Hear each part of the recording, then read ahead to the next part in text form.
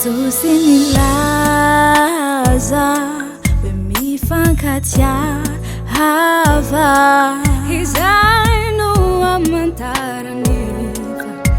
fainao ny mpianany Jesosy niteny ombieny fifankatiavana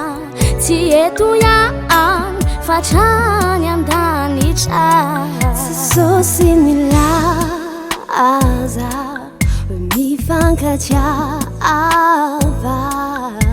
fizanany amantarany fainao dia mpianany Jesosy niteny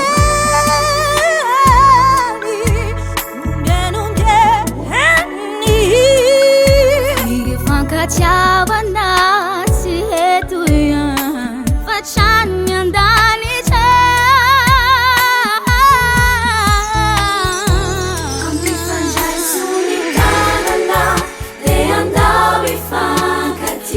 Andao hifankatia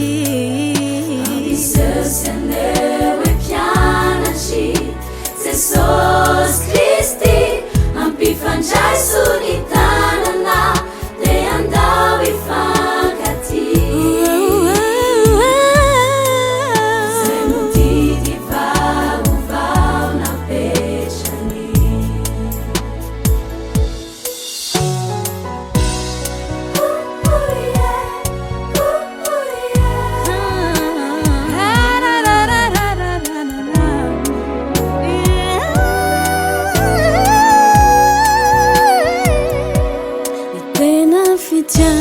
Fitiavana mokatry ny fanamasina fa ratsy ho aminao lay fanay fitiavanao mampiaia kanao irasaina tena iaina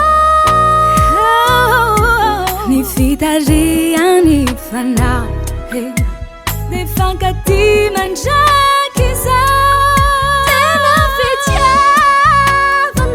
vokatry ny fanamasina ka ratsy ho